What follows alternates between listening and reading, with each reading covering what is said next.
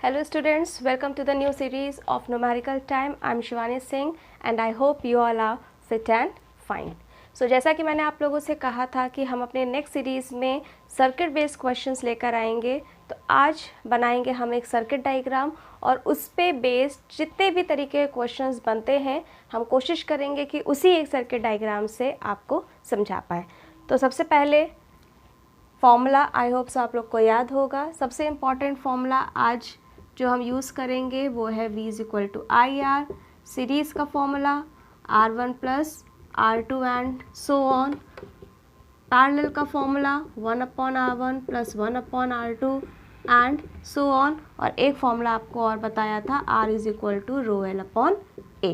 तो इन फॉर्मूलों को पकड़ के रखना है क्योंकि ये कहीं ना कहीं न्यूमेरिकल्स में यूज़ ज़रूर होते हैं। तो सबसे पहले लेट अस ड्रॉ सर्किट। हम ले लेते हैं दो रेजिस्टर्स पैरेलल में और इसके साथ लगा देते हैं एक रेजिस्टर सीरीज़ में और इसको कनेक्ट कर देते हैं हम बैटरी में की से। ये बन गया हमारा सर्किट डायग्राम। ठीक है, वैल्यू रख लेते हैं, इसकी रख लेते हैं 2 ओम, इसकी रख लेते हैं 4 ओम, इसकी रख लेते हैं 1 ओम, और ये जो बैटरी लगी है इसको कर देते हैं हम 10 वोल्ट। क्या क्वेश्चन बन सकता है? सबसे पहला तो क्वेश्चन बन सकता है कि find the total resistance of the circuit. वो अभी हम बाद में फाइंड आउट करते हैं, पहले हम क्वेश्चन का फॉर्मेशन कर लेते हैं।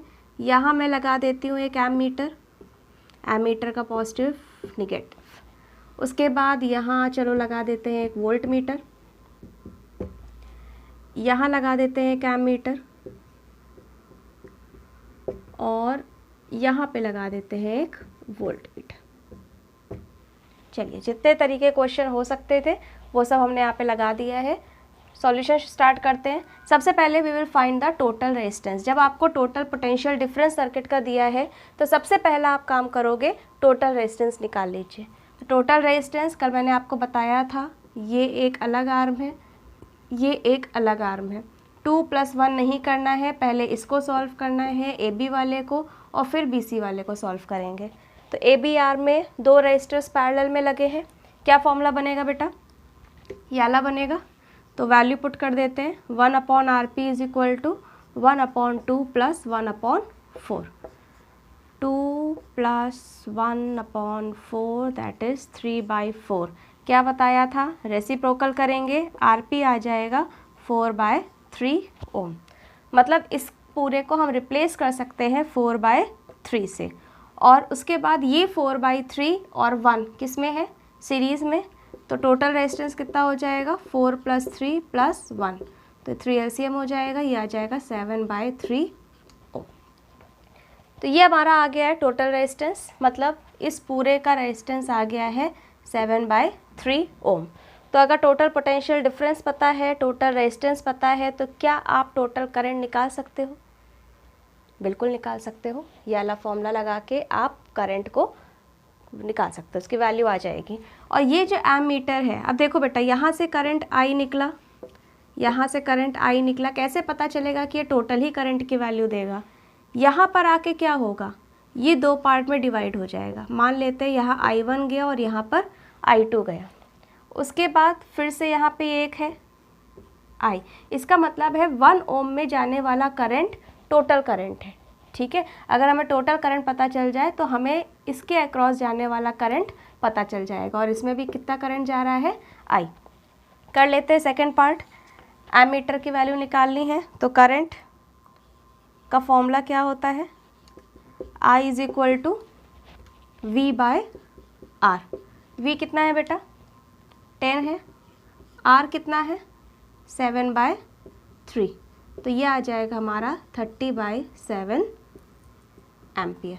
मतलब जो टोटल जाने वाली करंट है वो कितनी है? 30/7 एम्पियर।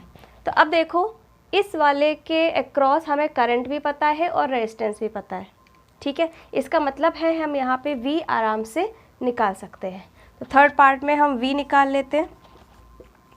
अक्रॉस 1 ओम, क्या फॉर्मूला होगा? IR। I कितना है? अभी निकाला हम लोगों ने 30/7, और R कितना है? 1। तो जाने वाला पोटेंशियल डिफरेंस इसमें कितना हो जाएगा? 30/7, ये पता चल गया। अब देखो बेटा, ये जो 10 वोल्ट है, ये जो 10 वोल्ट है वो AB और BC आर्म के अक्रॉस डिवाइड हो जाती है। सीरीज़ में क्या चीज़ डिवाइड होती है? Potential difference. इसका मतलब है ये जो 10 वोल्ट है वो V1 और V2 में डिवाइड हो जाएगा। इस AB में V1 और इस BC में V2, और जो V1 प्लस V2 आएगा, V1 प्लस V2 आएगा वो किसके इक्वल होगा? V के, मतलब 10 के। ये बात समझ में आ रही है?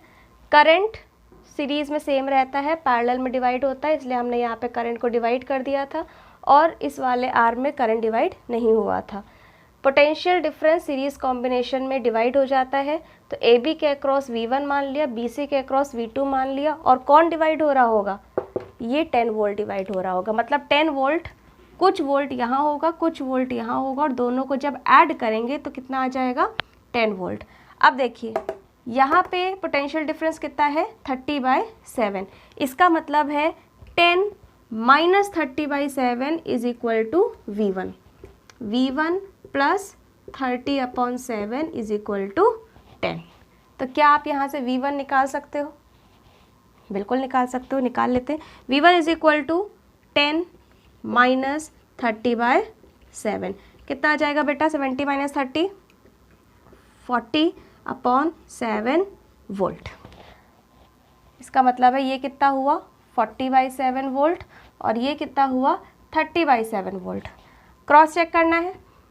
40/7 प्लस 30/7 कितना हुआ? 70/7। कितना हुआ? 10 वोल्ट। आ गया? तो बस इतना याद रखो कि सीरीज़ कॉम्बिनेशन में जितने भी आपके रेजिस्टेंसेस लगे होंगे उन सब के अक्रॉस जो पोटेंशियल डिफरेंस होगा, जब आप उनको ऐड करोगे तो आपको टोटल पोटेंशियल डिफरेंस के इक्वल मिल जाएगा।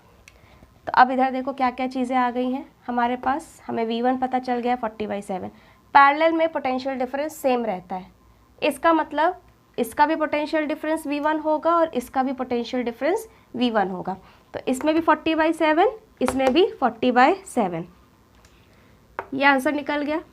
अब जब यहाँ पे पोटेंशियल डिफरेंस आपको पता चल गया कि इसके भी अक्रॉस 40/7 है, तो क्या आप करंट निकाल सकते हो? बिल्कुल निकाल सकते हो। चलो अगर ऐसे हम A1 मान लेते हैं, तो A1 करंट अक्रॉस या करंट इन एमीटर A1 कितना आ जाएगा? V/R। V कितना निकला है? 40/7 अपॉन R कितना है बेटा? 4। ठीक है, तो ये हो जाएगा 7 नीचे आ जाएगा, ये आपका आ जाएगा 10/7 एम्पियर। 10/7 एम्पियर। अब अगर आपसे पूछा जाए बताओ I1 कितना होगा, तो कौन सा करंट डिवाइड हो रहा था? Total current. टोटल करंट हमारा कितना आया था? 30/7। तो 30/7 में 10/7 यहाँ चला गया, तो कितना बचा? 20/7। तो इसका मतलब है 2 ओम के अक्रॉस कितना करंट होगा? 20/7।